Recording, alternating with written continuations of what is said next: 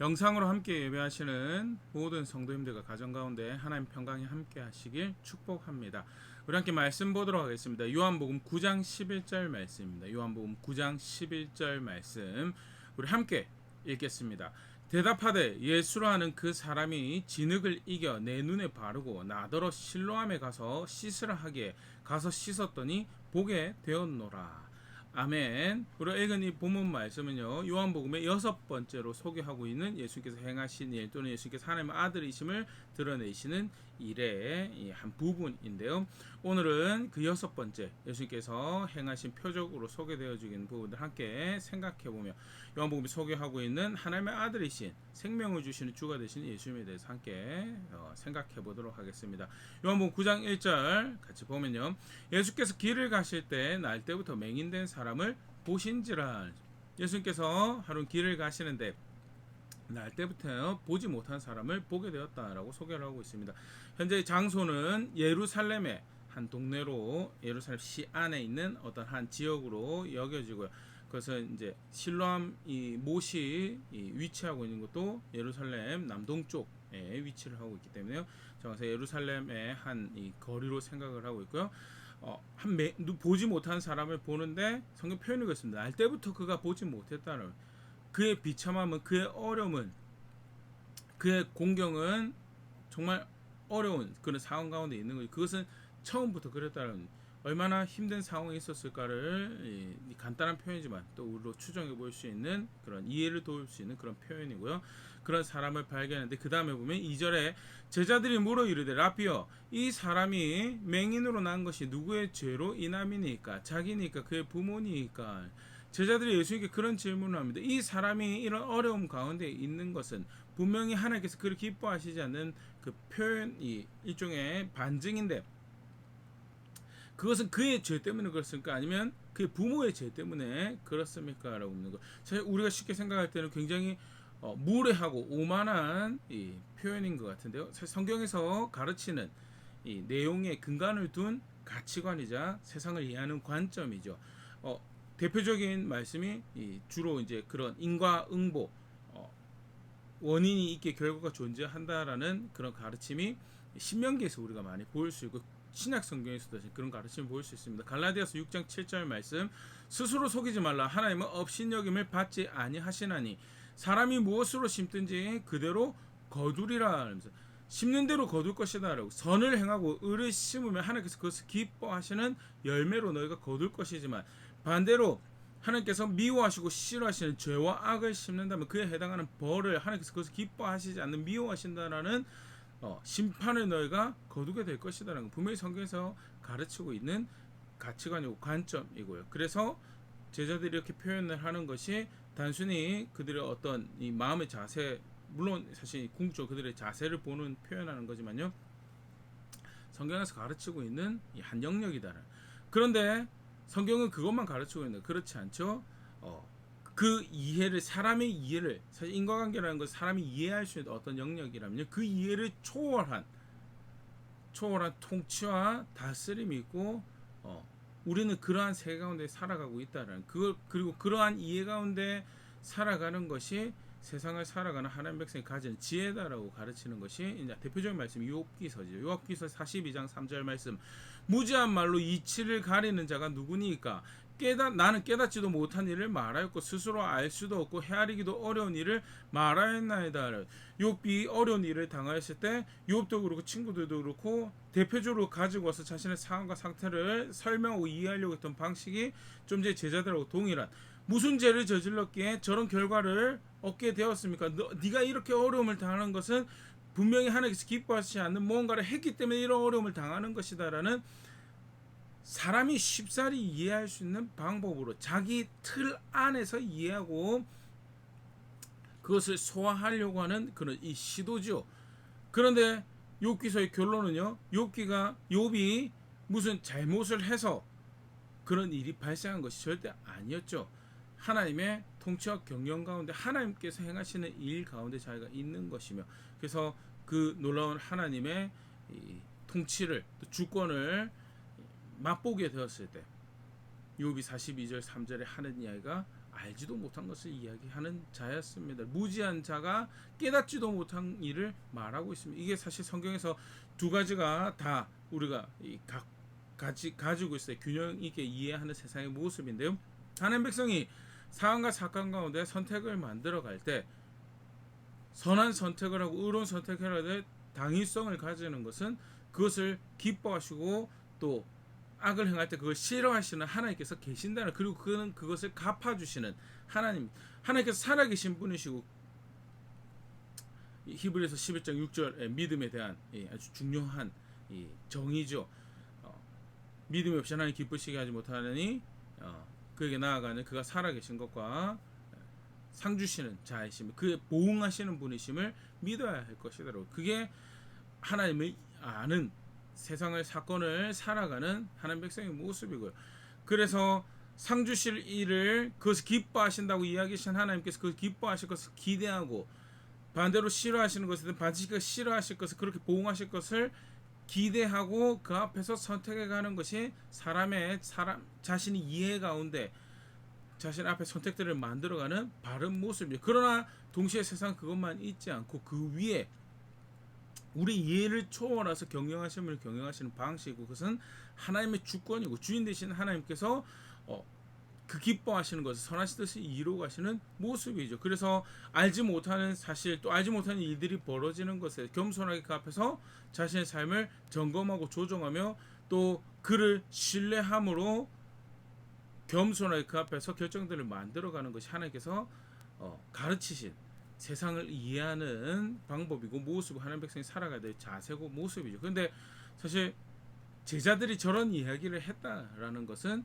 물론 제자들의 모습일 수도 있지만 동시대 팽배한, 자기들이 이해하고 싶은 것만 이해하고 그 이해 안에 다 집어넣어서 결국 하나님 말씀을 지키고 하나님 말씀을 따르는 것 같지만 궁극적으로는 자기 이해 안에, 자기 박스 안에 갇혀서 하나님 말씀을 온전하게 따르지 않는 이 상태의 모습, 대표적으로 이제 율법 선생들, 바리새인들의 모습을 사실은 보여주는 대표적인 증거고요. 오늘 이제 9장 본문 안에 이런 모습들이 다시 한 번 더 이제 뒤에 가면 소개가 되어지고 있습니다. 그런 이 대화인 것을 이렇게 보일 수 있고요. 예수님께서 거기 대답하십니다. 아니다라고.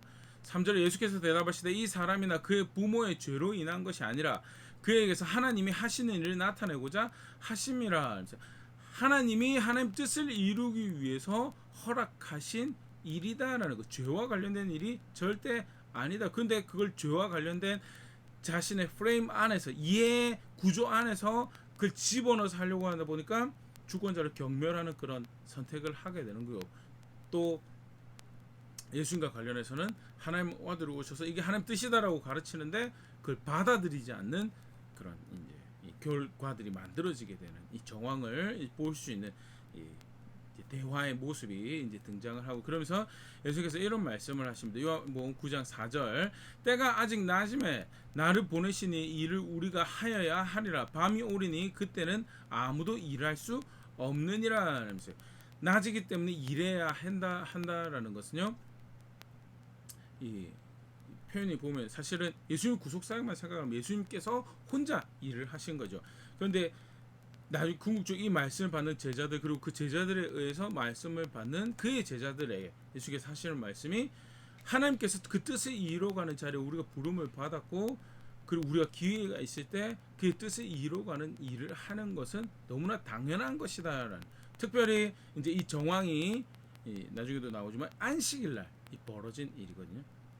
일을 하지 말라라고 임의 이해 가운데 규정한 규칙이 있는, 그러나 분명 일하지 말라는 규칙은 있습니다. 그러나 그것은 안식을 주시기 원하시는 하나님께서 그 안식을 주시는 분이심을 확인하는 일종의 은혜의 수단으로 가르친, 그것이 종교적 규례로 사람을 묶기 위해서 이제 만들어낸 것이 절대 아니죠.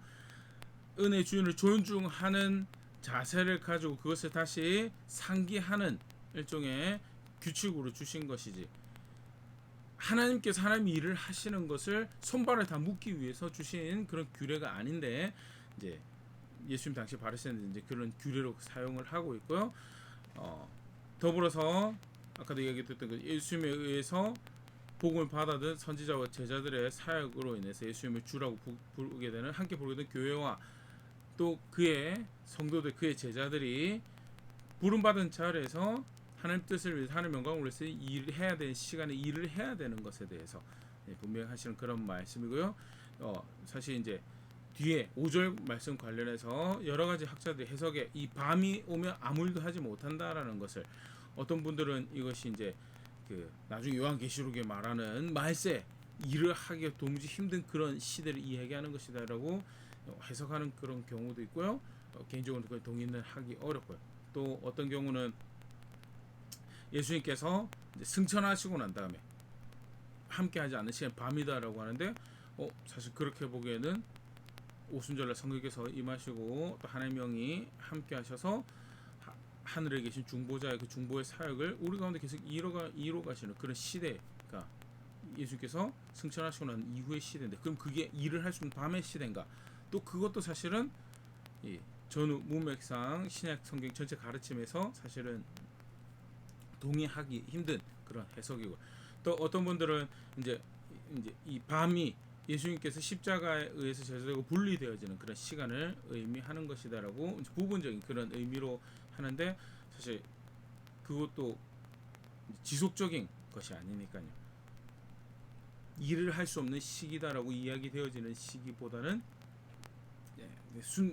굉장히 단기간의 사건이었기 때문에, 그런 측면에서 예수님께서 이 본문에서 그것을 의미하는 것이다라고 보기 좀 힘들고, 그러면 무엇이 제일 잘 읽는 것일까라고 할 때, 내가 동의하고 그것이 의미하는 바다라고 이해하는 것은, 밤이라는 시간이 찾아오면 실제로 하나님 일을 할 수가 없죠.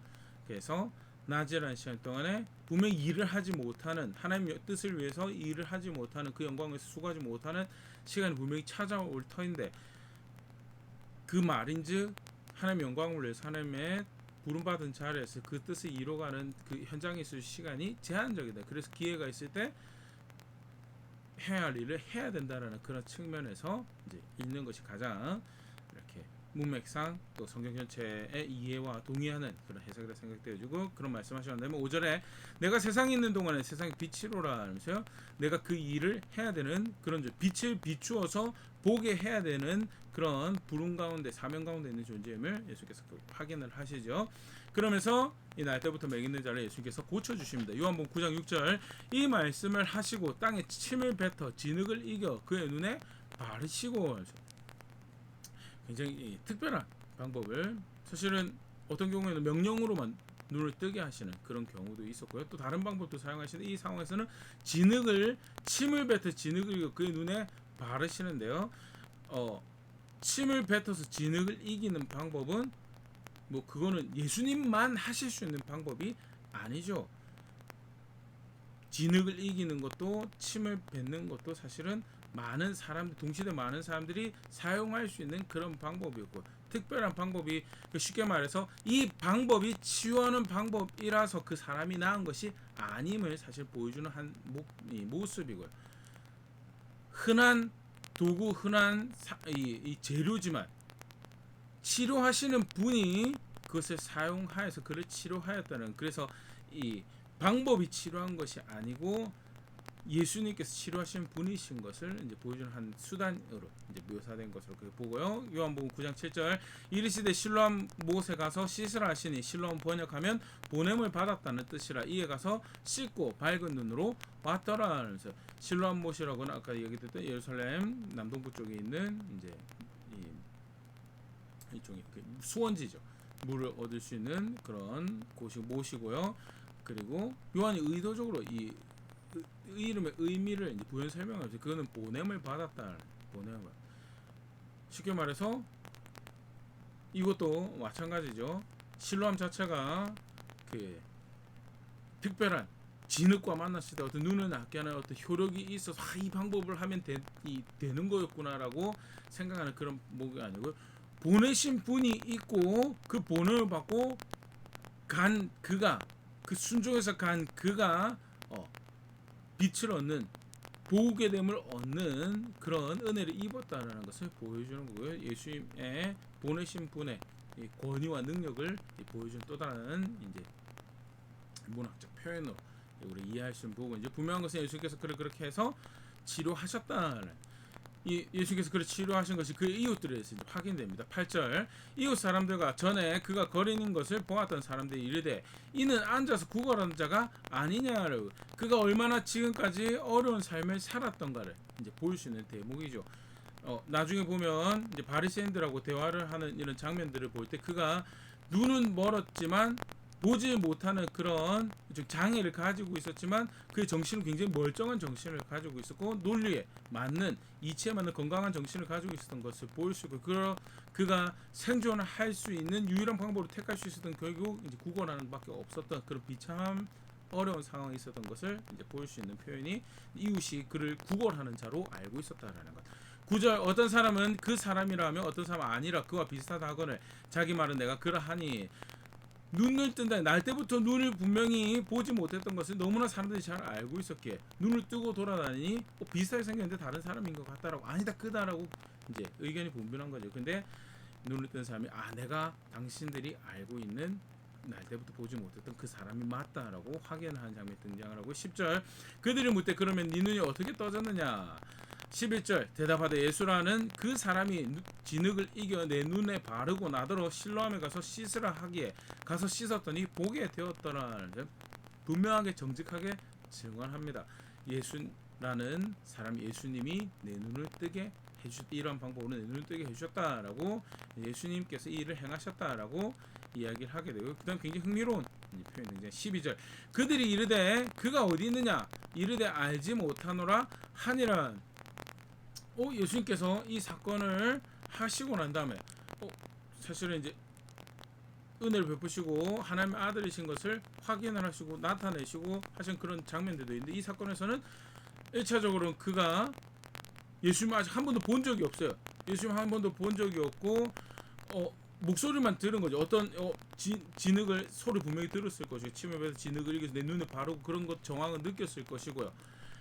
근데 본 적이 없어요. 본 적 없고 목소리만 어느 정도 인지하고 있는 상황이고, 실제로 눈이 보게 된 난 다음에도 이제 예수님 만난 적이 없는 그런 정황에서 무엇을 보여주느냐, 전적인 하나님의 은혜로 눈을 뜨게 되었고 영광을 받는 것도 물론 이제 못 보다가 보게 되었기 때문에 막 환호가 어떻게 이런 일이라고 놀람이 경이로움이 있었겠죠. 그러나 그럼에도 불구하고 정작 치료한 사람이 나타나지 않는 이 선한 일을 이 사람에게 하신 하나님께 영광과 찬사가 올려드려지는, 아까 예수께서 그런 표현을 하나님께서 하나님 일을 하시는 것이다라고, 영광을 받으셔야 돼 그분이 이제 영광을 받으시는 그런 사건이 되었음을 이런 문학 정황의 표현 가운데 이제 가르치고 보여주고 있죠. 근데 이 사건이 이제 큰 논쟁으로 이어지게 됩니다. 사실 이제 이 9장 전체가 사실 이 사건에 대한 기록이고요. 표적 자체로만 끝나지 않고 이것이 이제 우리가 베데스다 연못 사건 같은 경우는 이제 연못 사건만 이제 우리가 살펴봤는데요. 9장 조금 더 이제 그 이후의 정황들을 살펴보면요. 이 사람들이 정작 이제 눈을 뜨게 한 사람을 찾지 못했기 때문에, 눈을 뜬 사람들이 눈을 뜨게 한 사람을 찾지 못했기 때문에 이 일이 어떻게 된 건가 해서 물어볼 수 있는 사람들이 찾아가죠. 그게 다름 아닌 바리새인들이었다라고 13절에 그렇게 표현합니다. 그들이 전에 맹인되었던 사람을 데리고 바리새인들에 갔더라. 14절, 예수께서 진흙을 이겨 눈을 뜨게 하신 날은 안식일이라. 이제 눈을 뜨게 한 것도 이슈가 되는데요. 눈을 뜬 날이 안식일, 치료를 행하신 날이, 눈을 뜨게 하신 날이, 보게 하신 날이 안식일이라는 것이 이슈가 되죠. 15절, 그러므로 바리새인들도 그가 어떻게 보게 되었는지 물으니 이르되 그 사람이 내 진흙을 내 눈에 바르매 내가 씻고 보나이다 하니, 이제 일종의 1차 수사를 이 정황을 파악하게 되는 신문을 하게 되는 모습이고요. 그 사람이 다시 바리새인들 앞에서 증언합니다. 예수라는 사람이 내 눈을 이렇게 고쳐주었습니다 라고 이야기를 하게 되고, 16절, 바리새인 중에 어떤 사람은 말하되 이 사람이 안식일을 지키지 아니하니 하나님께로부터 온 자가 아니라 하며, 어떤 사람은 말하되 죄인으로서 어떻게 이러한 표적을 행하겠는가 하여 그들 중에 분쟁이 있었더니, 이제 자기들끼리도 의견이 분분한 거예요. 근데 아까 우리가 이 사건이 예수께서 그 사람을 치료하시기 전에 제자들하고 나눴던 대화가 이제 관련해서 등장을 하는 거죠.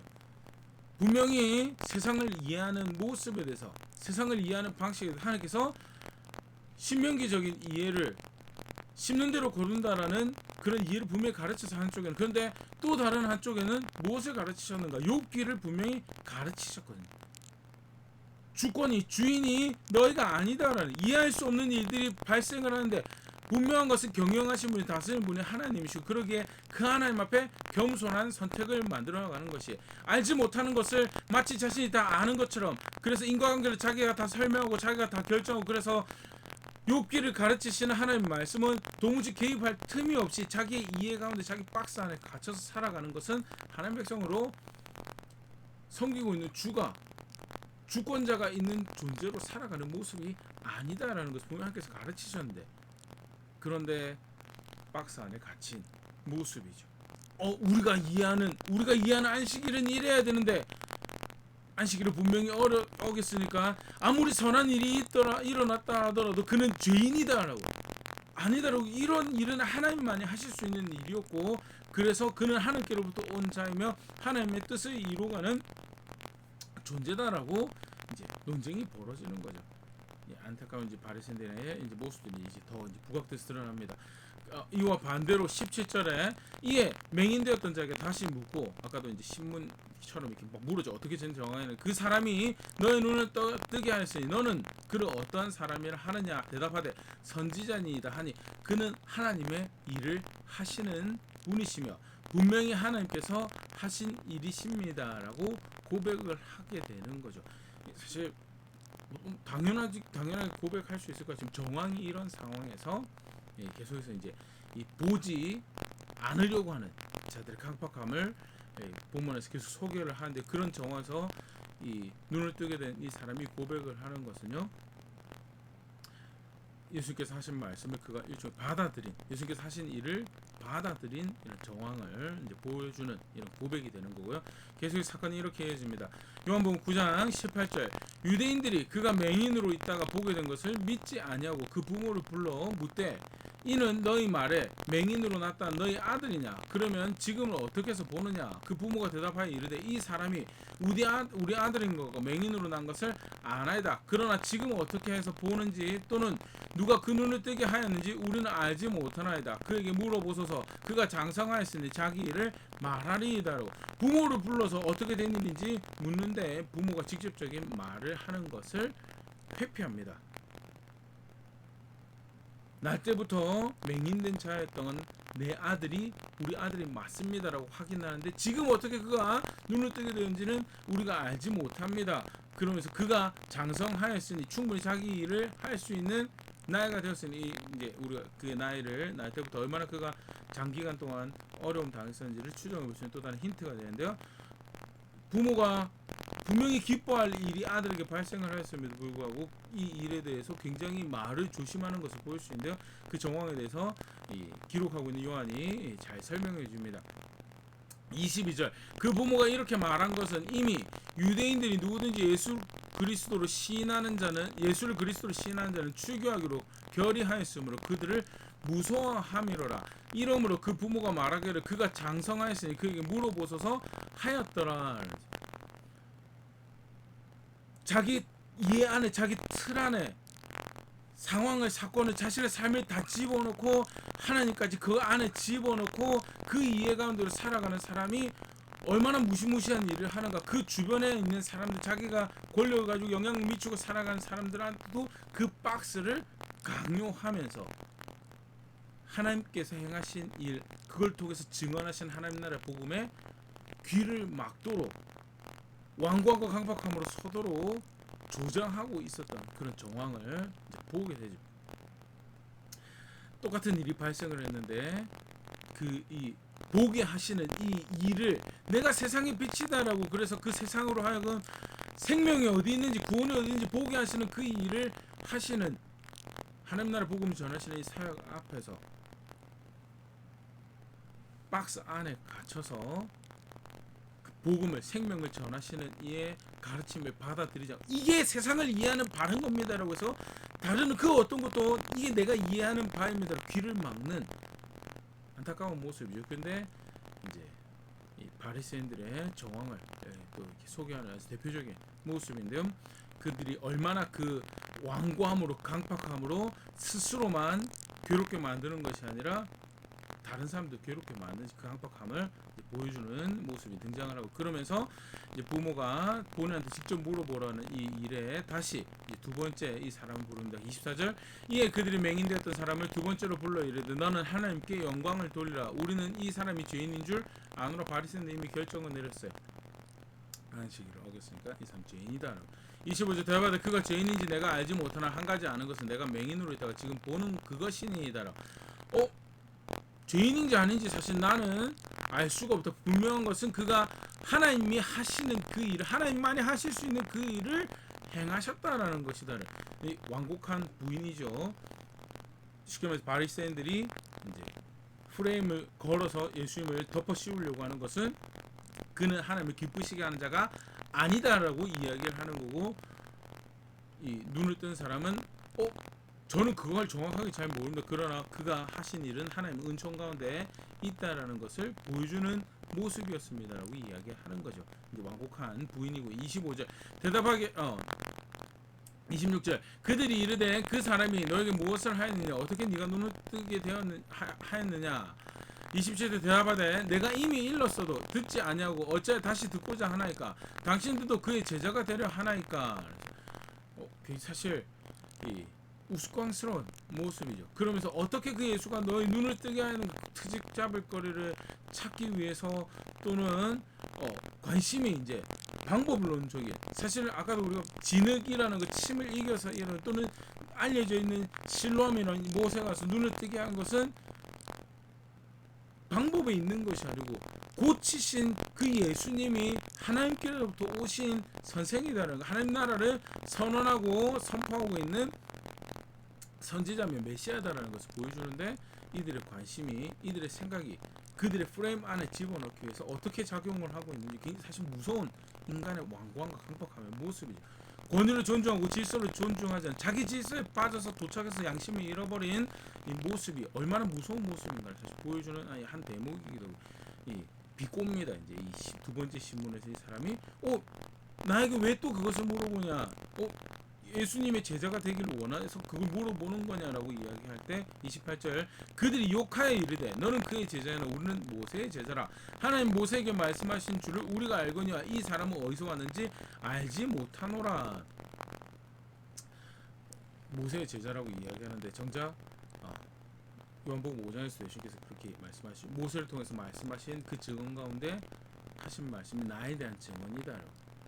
결국 모세를 핑계대긴 하지만 자기들 이해 안에서 자기들이 듣고 싶은 것만 듣고, 자기들이 받아들일 수 있는 것만 받아들이고, 자기들이 받아들이고 싶지 않는 말씀이다라는 것은 절대 마음도 생각도 열 생각이 없는 이런 완고한 강박한 하나님 말씀 앞에서 절대 사실 가져서는 안 되는 자세를 가지고 있는 모습을 또다시 이런 식으로 드러내게 되죠. 30절, 그 사람이 대답하여 이르되 이상하다. 이 사람이 내 눈을 뜨게 하였으되 당신들이 그가 어디서 왔는지 알지 못하는도다. 쉽게 말해서 하나님만이 하실 수 있는 그 일을 하셨는데, 정작 하나님을 사랑하고 하나님의 말씀을 안다라고 너희가 어떻게 그가 어디서부터 하는지를 알지 못한다라고 하느냐라고 이야기하면서 그들의 양심을 다시 이렇게 툭툭 건드리는 그런 말을 하게 되고요. 하나님이 죄인의 말을 듣지 아니하시고, 31절, 경건하여 그의 뜻대로 행하시는 자의 말을 들으신 줄 우리가 아나이다. 지금 어떤 프레임 안에서 움직이고 있는지, 어떤 이해 가운데서 움직이고 있는지, 오히려 그들이 이해하는 바다라고 이야기하는 그것조차도 사실은 자기들 강박함으로 완고함으로 존중하고 있지 않는 그들의 모습을 다시 드러내면서 예수님께서, 하나님께서 기뻐하시는 자이심을 증언을 하죠. 32절, 창세 이후로 맹인으로 난 자의 눈을 뜨게 하였다함을 듣지 못하였으니 이 사람이 하나님께로부터 오지 아니하였으면 아무 일도 할 수 없으리이다라고. 귀를 기울여야 되는 분명한 증거가 있는데도 불구하고, 그의 말씀에 하나님께로부터 왔음을 확인하여주는 뚜렷한 증거를 가지고 있음에도 불구하고 어떻게 그렇게 자세를 하는가에 대해서 비참한 상태에 있다 보게 되어진 그 사람의 입술을 통하여 바리새인들을 다시 한 번 더 도전하고 있는 그런 상황이 이게 표현되고 있죠. 34절 그들이 대답하여 이르되 네가 온전히 죄 가운데서 나서 우리를 가르치느냐 하고 이에 쫓아내어 보내니라. 이제 사실 이 바리새인의 모습이 본문에 정말 뚜렷하게 보여지는데요. 자기들이 끼워놓고 싶은데 하나님 말씀 끼워넣어서 너는 날 때부터 맹인이었기 때문에 너는 죄인이야. 하나님이 기뻐하지 않는 자리에 있었어라고 프레임에 끼워 맞추면서 정작 예수님 하신 일에 대해서는 인정하지 않고 그를 죄인으로 몰아가려고 하는 이율배반적인 모습을 하는 게 이게 얼마나 양심을 잃어버린 철저하게 하나님 질서를 배격하고 하나님 권위를 존중할 줄 모르는, 그러면서도 하나님 사랑한다 그러고 그러면서도 우리는 이 세상의 생명을 얻을 길이 어디서부터 나는지 압니다라고 하는 그런 안타까운 모습에 있는 바리새인의 모습을 다시 한번 보며 확인하면서 아울러서 용감하게 나는 이 분명한 증거를 보게 되었고 그래서 이 증거 앞에서 예수 그리스도가 예수님이 그리스도다라는 사실을 부인할 수 없습니다라고 이 사람은 결국 그 고백의 대가로 출교를 쫓아냄을 당하는 거지. 이 당시 출교는 경제적 지원을, 삶에 대한 지원을 사회로부터 전혀 받지 못하게 되는 궁핍함과 어려움을 또다시 양산할 선택을 만드는데, 그럼에도 불구하고 너무나 뚜렷한 증거 앞에 나는 이 예수 그리스도 예수님께서 나를 고치신 이분이 하나님께로부터 오셨음을 부인할 수 없습니다라고 선택하는 믿음의 고백들이 이제 쭉 이어지죠. 예수님께서 그가 쫓겨나셨다는 것을 듣고 그를 만나시고 내가 그다라고 소개를 하고 그가 예수님 앞에 절을 하고 그를 믿는다는 고백을 하게 만든 것이 이제 그 뒤에 쭉 소개되면서요. 이 이야기의 결론격으로 예수님께서 말씀하시는 것이 요한복음 9장 41절인데요. 예수께서 이르시되 너희가 맹인이 되었더라면 죄가 없으려니와 본다고 하니 너희 죄가 그대로 있느니라. 보지 못한다고 했으면 보게 하시는 예수님에 대해서 귀를 기울일 수 있는데, 본다고 하니까 자기들이 열심히 박스 만들어 놓고 본다고 하면서 정작 하나님 말씀에는 예수님 행하시는 일에는 눈을 가리고 귀를 막고 듣지 않으려고 하는 그런 자세를 가지고 있기 때문에 죄가 있다라고 하시는 말씀으로 이 사건을 이렇게 마무리하게 되는데요. 여러 가지를 사실 생각해 볼 수 있죠. 먼저는 분명히 표적 가운데 다시 한 번 더 예수님께서 세상 빛이심을 볼 수 있게 하시는 분, 어디서부터 생명이 나는지를 분명히 볼 수 있게 하시는 분이심을 분명히 다시 한 번 더 드러내시죠. 더더군다나 날 때부터 눈이 모르는 장성해질 때까지 눈이 볼 수가 없어서 구걸하는 것 말고는 생존할 방법이 없는 사람을 그 어둠 가운데서 건져내셔서 볼 수 있도록 하시는 이 육체적인 물론 사건이지만 이 사건을 통하여 영적으로도 보게 하시는 그런 분이심을, 진정한 생명 어디서부터 남을 보게 하시는 분이심 분명히 확인을 하시는데, 이게 1차적인 우리가 이 본문에서 그가 정말 보게 하시는 분이시구나, 생명 어디서 나지 소망이 어디 보게 하시는 분이시구나 확인하는 그런 사건이었다면요. 그를 믿는다라고 하는 것은 오늘 본문 안에서 1차적으로는 난 이 보지 못하는 상태에서 고침을 받은 이 사람이 보여줬던 자세에서 믿음을 볼 수 있는 것은 우리가 앞에도 사실 계속해서 반복되었던 강조되었던 부분이죠. 눈에 진흙을 붙였어요. 근데 그러고 가서 씻으라고 하세요. 이거 좀 특별한 걸 어떤 측면에서는 그래도 뭔가 하시는 것 같구나, 이게 이번엔 내 눈이 나으려나는 이쪽이 기대감을 가지게 하는 어떤 이제 특별한 행동으로도 볼 수 있는데요. 반대로 사실은 거절하려고 생각을 했으면요, 충분히 그보다 훨씬 더 많은 방법들, 다양한 훨씬 더 근사한 뭔가 있을 것 같은 특별한 방법들 훨씬 더 많이 시도해봤겠죠. 그럼에도 불구하고 안 나왔던데, 그깟 진흙 붙여가지고 내 눈 낫게 하기도 실로 하면 모르는 것도 아니고 지금 그럼에도 불구하고 이 날 때부터 눈먼 이 청년이 순종해서 가죠. 그리고 그게 믿음, 은혜를 베푸시는, 은혜를 받아들이는 믿음으로 본문 안에서 소개가 되어지고 있다. 더불어서 믿는다고 할 때 그 믿는 것은 그것을 꺾고 뒤틀고 회방하려고 하는 방해들이 있는 것 앞에서 오히려 그것을 유야무야 만들고 타협하게 만들려는 그런 시도들 앞에서 분명하게 어디서부터 구원이 나는지 어디서부터 생명이 나는지를 무엇이 보게 하고 보는 것에 대해서 증언하는 그것이 믿음이다라는 본문 안에서 가지고 생각해 보시고 반대로 믿지 않는 게 뭐가 믿지 않는 거냐? 믿지 않는 게 사실 바리새인들 청산유수로 하나님은 심는 대로 거두게 하시는 분이시고 그래서 저 사람은 날 때부터 저렇게 되었으니까 분명히 하나님 기뻐하시지 못하는 무슨 일을 해서 그게 죄인으로서 날 때부터 죄인으로 나서 우리를 가르치느냐라고 이야기하는 바리새인들 이게 분명히 우리가 확인되어지는 모습이죠.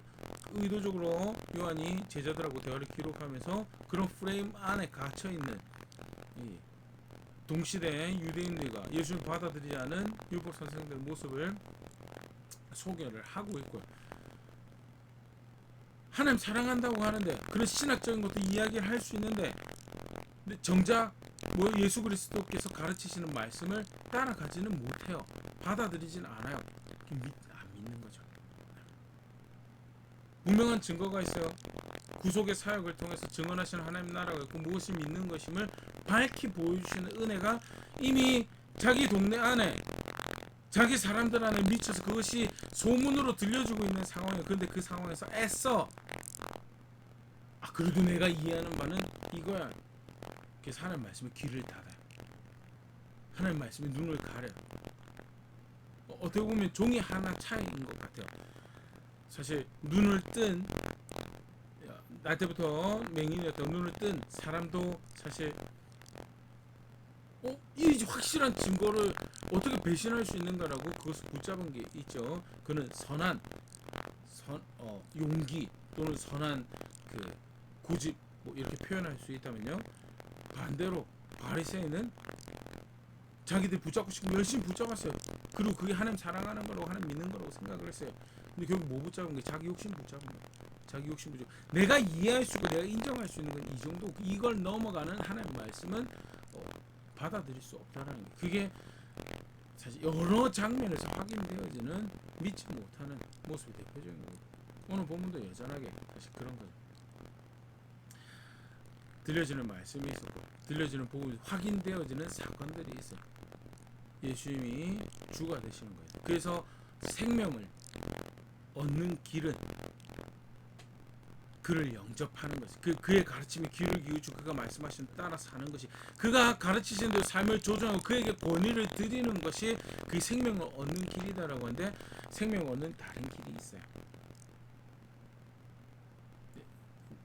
우리 모습을 치면 생명을 얻는 다른 길이 있어요. 그 내가 이해하는 프레임 안에서 그거는 예수님이 아무리 여러 가지 좋은 일을 하시고 하나님의 아들이신 것이 확인이 되어져도 내가 이해하는 바 밖에 존재하는 생명을 얻는 길이 그러면 저는 그렇게 정직할 수 없습니다. 저는 그렇게 정의롭기를 거절합니다. 저는 그렇게 사랑하며 살기를